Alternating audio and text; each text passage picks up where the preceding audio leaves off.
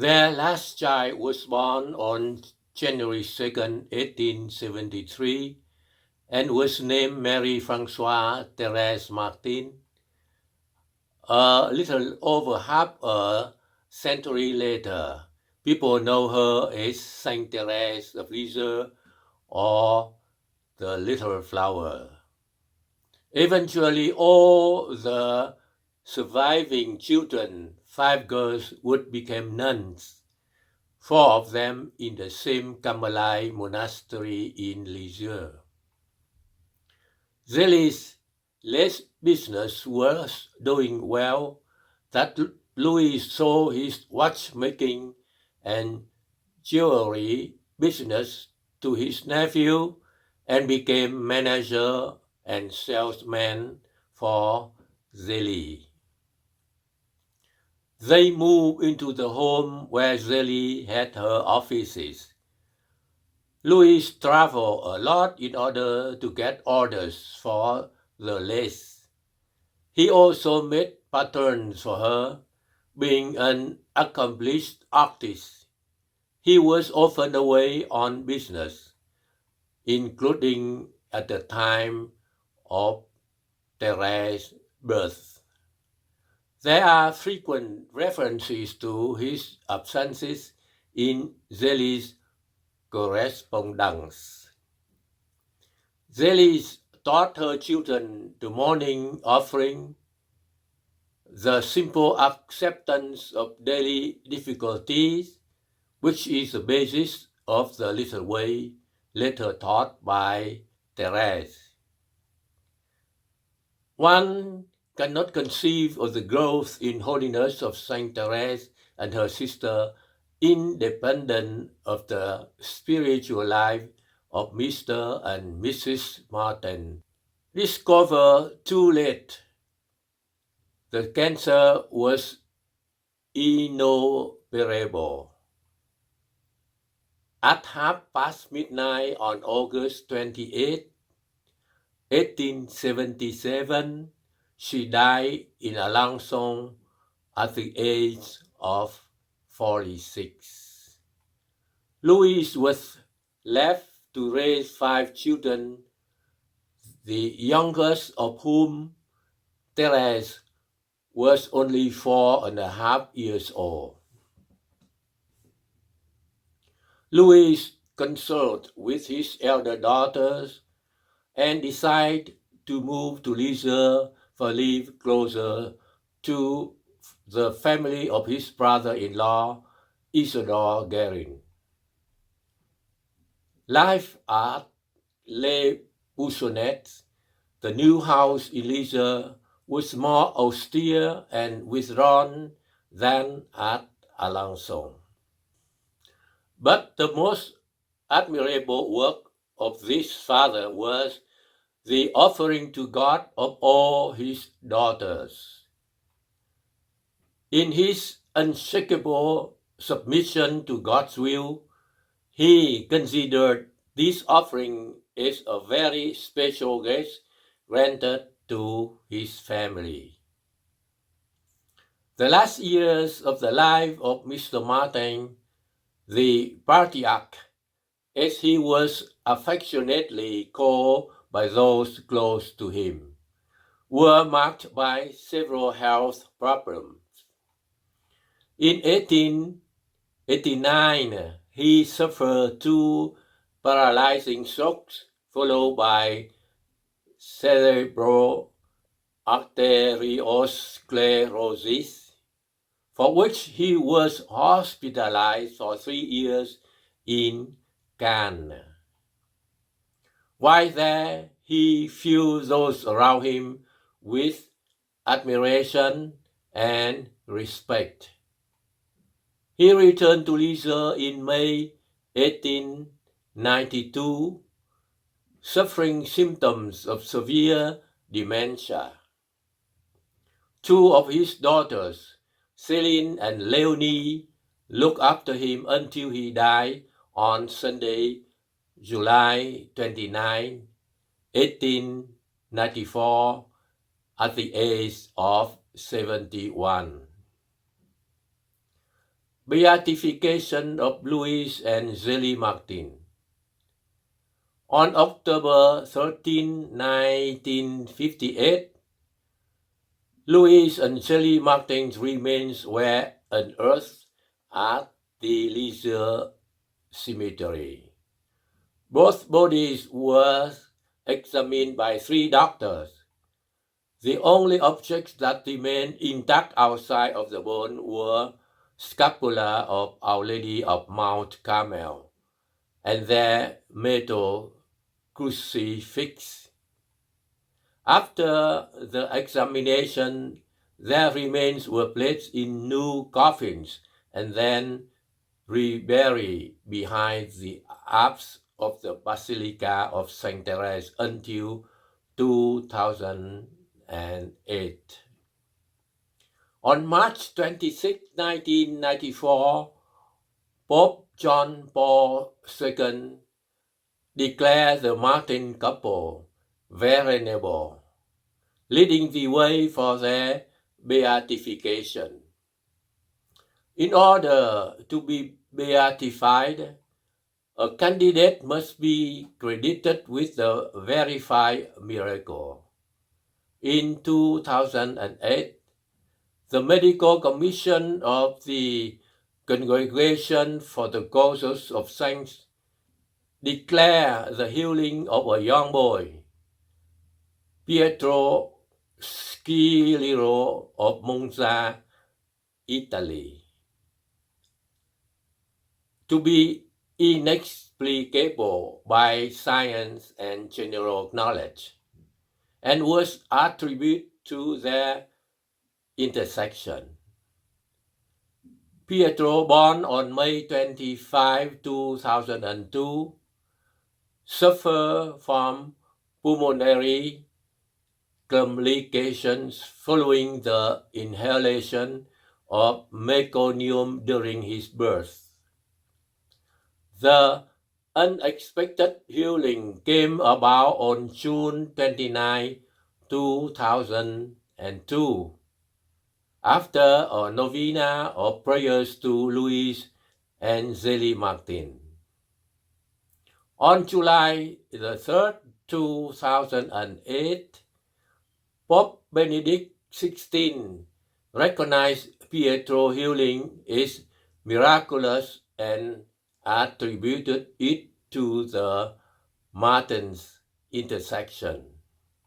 He set October 19, 2008 as the date of their beatification, and July 12 is their feast day. In his homily at the beatification, Cardinal Saraiva Martin, the prefect of the Congregation for the Causes of Saints, said that the Martins were a true model of marriage. He also offered them as models for people who face illness and death. He cited Therese's words from her letter. She wrote, "God gave me a father and a mother who were more worthy of heaven than on earth." Among the vocations to which people are called by God, marriage is one of the highest and noblest. Louis and Zélie understood that they could become holy not only in spite of that they could become holy not in spite of marriage, but through, in, and by it, that their becoming a couple was the beginning of an action together. Canonization of Louis and Zélie Martin. The cause of canonization of Blessed Louis and Zélie Martin progressed significantly after their beatification. On July 7, 2013, Archbishop Carlos Osorosera of Valencia, Spain, presided at the opening of the canonical process inquiring into the 2008 healing of a little girl named Carmen, born in Spain on the feast of Saint Teresa of Avila. Carmen had severe bleeding in the brain, the lungs, and the heart, and did not respond to treatment. The doctor could do nothing for her and her parents. Seeing the danger of death, immediately prayed to God and asked the discarded Carmelite nun of Serra, Spain, to pray for her as well. The Carmelite nuns recommend they pray to novena to Zélie and Louis Martin, since they had experienced the death of 3 children as babies and one at 5 years old. As soon as the novena began, the baby began to get better, culminating in her astonishing recovery without any medical explanation. Within 7 weeks, she was completely and inexplicably cured. On January 7, 2013, they began the formal opening of inquiry into whether Carmen's cure was a miracle attributable to the intercession of Blessed Zélie and Louis Martin. A total of 8 doctors testified before the tribunal that there was no scientific explanation for her cure. 6 of them had witnessed her healing at the time. 2 were appointed later by the investigating tribunal. The supervising judge of the tribunal said that all 8 doctors joined in agreeing that the little girl should have died. They also believe that at the very least she should have suffered significant permanent physical and psychological consequences. However, she is completely healthy today.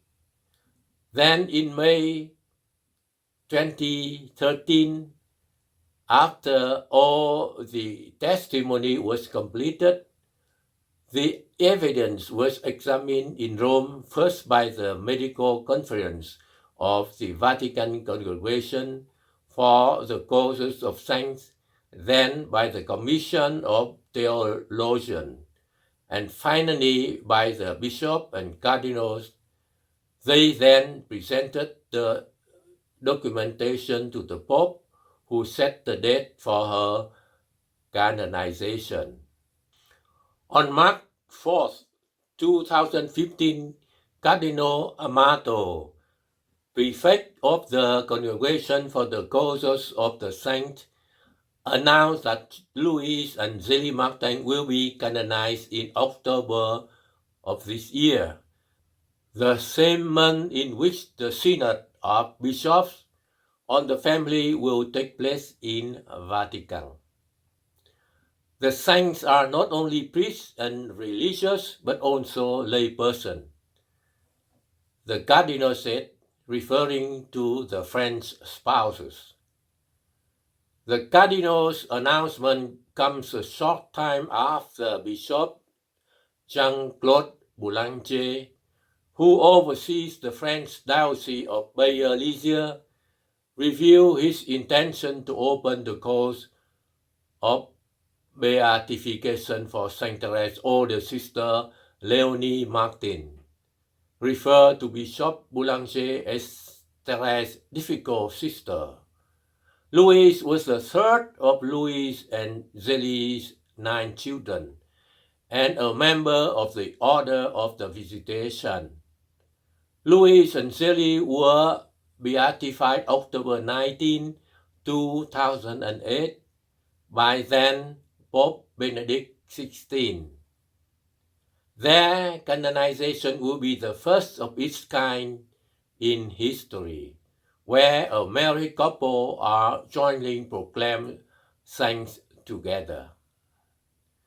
Their path to the altar has surpassed that of married couple B.L. Luigi and Maria Belrem Quattrochi, who were beatified together in October 2001. Married in 1858, just 3 months after meeting each other, Louis and Zélie lived in celibacy for nearly a year, but eventually went on to have 9 children. 4 died in infancy, while the remaining 5 daughters entered religious life. Both had previously attempted to enter the religious life themselves. Louis is a monk and Zélie a nun with the Order of the Sisters of Charity of Saint Vincent de Paul. Zélie was turned away due to respiratory problems and frequent headaches, while Louis was denied entry because he could not learn to speak Latin, which at that time was a requirement for entering the seminary. Louis then became a watchmaker and Zélie a lace maker. Known for living an exemplary life of holiness, the couple's daily practices include Mass at 5:30 a.m., praying the Angelus and Vespers, resting on Sundays, and fasting during Lent and Advent. The couple would also invite poor people to dine with them in their home, and they frequently visited the elderly, thus teaching their children to treat the disadvantaged as equals. Zélie died from cancer at the age of 46, leaving Louis to care for their 5 young daughters, Mary, Pauline, Leonie, Céline, and Therese, who was only 4 at the time. Louis died in 1894 after suffering 2 strokes in 1889, followed by 5 years of serious drawn-out illness. Parents of Saint Therese were canonized on October 19, 2015 at the Basilica of Saint Peter in the Vatican.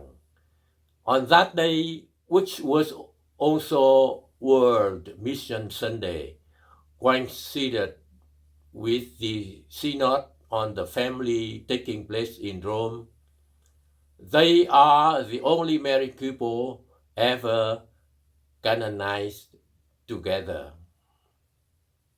A letter to Therese while she was in the convent of Lisieux from her aunt Céline Guérin, who was the sister of her mother, contained what may now seem like a prophetic statement about Louis and Zélie.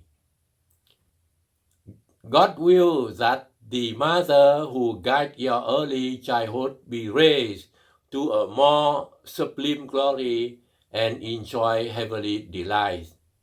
Ah, it is because, little Therese, your parents are among those we may call saints and who merit bringing forth saints.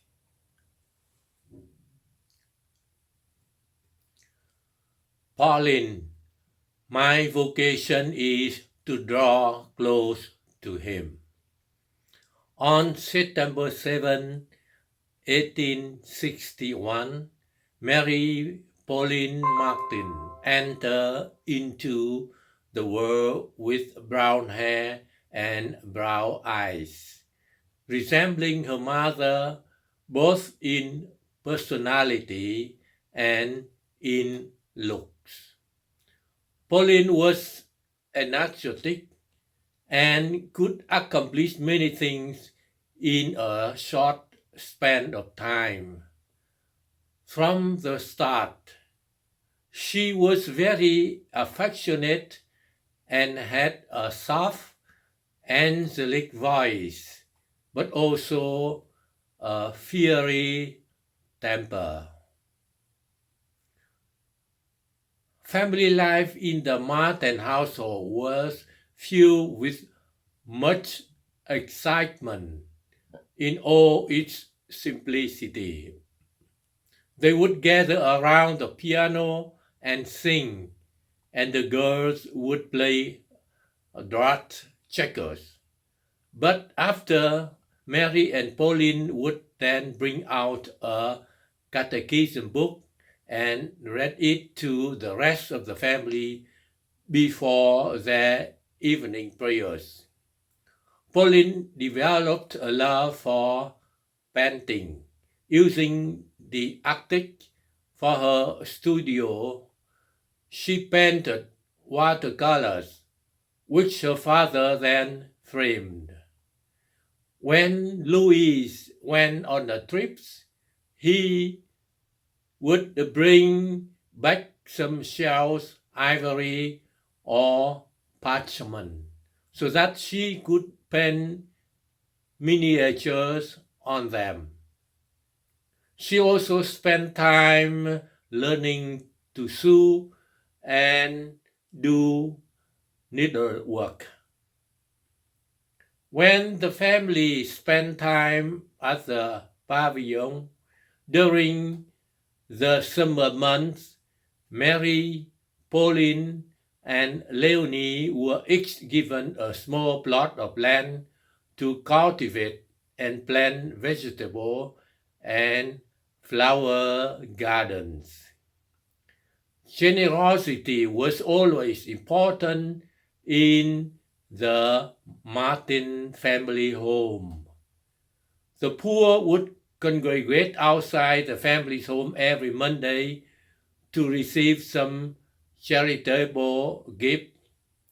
Therese would meet them at the front entrance to find out their needs and would then relay these to Pauline, who would decide what to give them.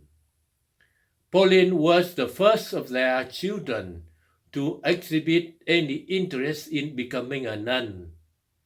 Her aspiration was to become a visitation nun like her aunt, Sister Mary Dozite. In early 1877, Pauline found out about her mother's breast cancer. By the time summer arrived, Jelly's health had reached the point where only God could save her. Pauline was convinced that if they went to Lourdes, her mother would be cured.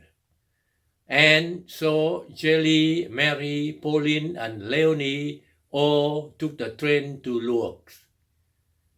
As Pauline and her sister watched their mother get dunked in the icy cold water of Lourdes day after day, it became apparent she was not going to be cured.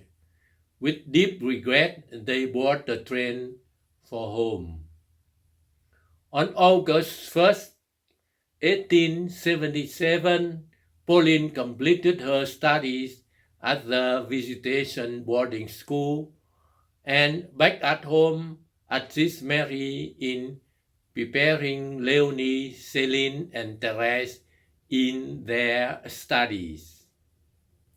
By the end of August, the pain from Zelly cancer spread throughout her body as Pauline sat beside her, Jelly grabbed and kissed Pauline's hand and then pointed to her sister, signaling that she was relinquishing all of her responsibility as a mother to Pauline, who was not quite 16 years old.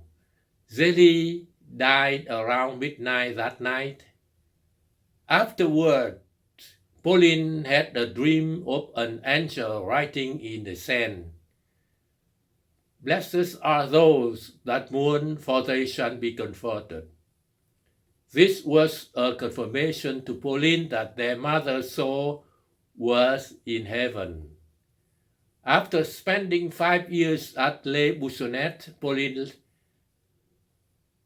felt it was time to answer the call to religious life.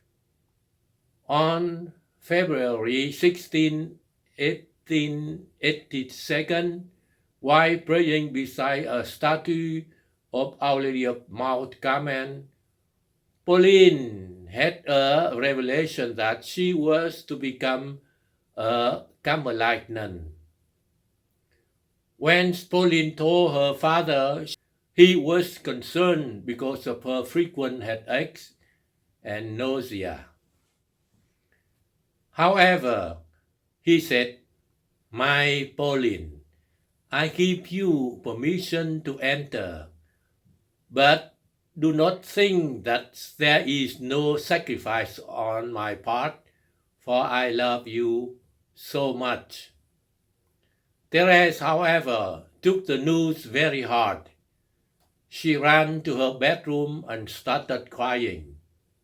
She felt betrayed that Pauline was going to leave for Carmel without her. Pauline consoled her by saying, "My vocation is not where I live or who I live with. It's simply a call from the Lord to draw me closer." Following her decision, Pauline began making frequent visits to the Carmelite monastery in Lisieux to speak to the prioress about entering. But at the time there was no room for her, so she looked into entering the monastery in Cannes. However, as she was about to go there, a postulant at the monastery in Lisieux suddenly died, creating an opening for her. So on October 2nd, 1882, when she was 21, Pauline entered the Carmelite monastery in Lisieux as a postulant.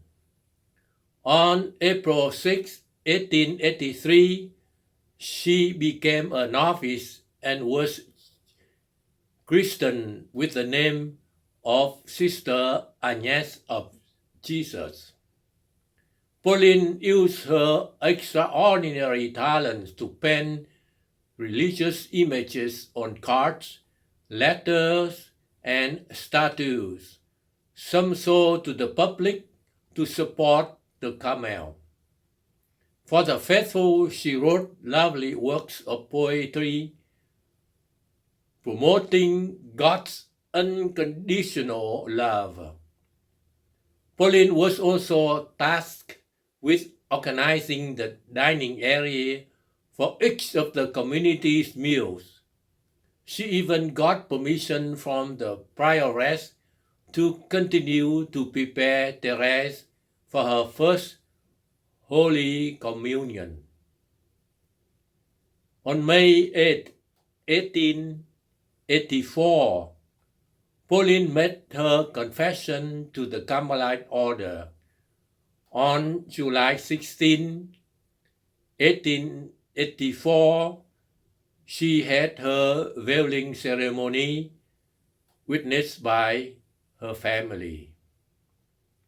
By January 1889, after nearly 7 years in Carmel, Pauline's severe headaches became constant, making it difficult for her to perform her duties.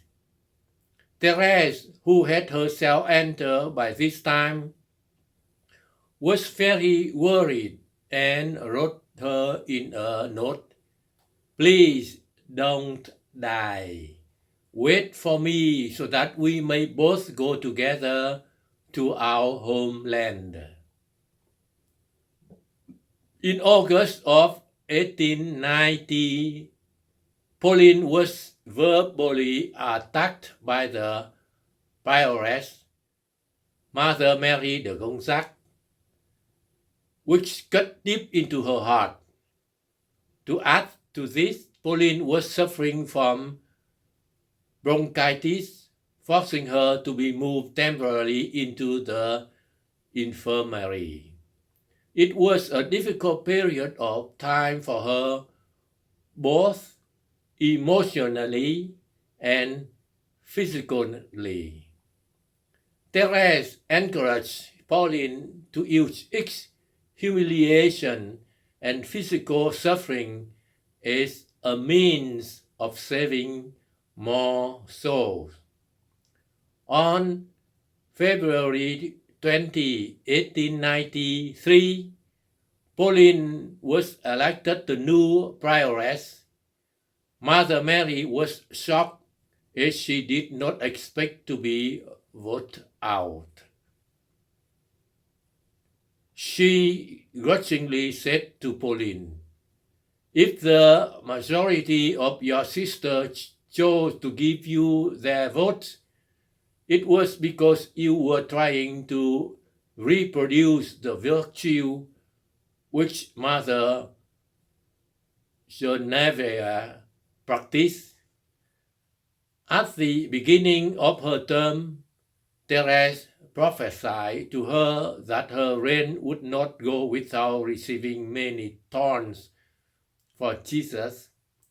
The prophecy was not far from being a reality. From criticizing Pauline's handling of the novices to her management of the monastery finances, Mother Mary continuously challenged Pauline's authority and verbally lashed out at her in front of the entire community. Through it all, Pauline continued to be loving toward her, witnessing these confrontations. Therese said, "Pauline is a saint. That's why she is not spared from Mother's wrath." Therese wrote her a note saying, "Even if everyone refuses to do what you ask, I will be obedient."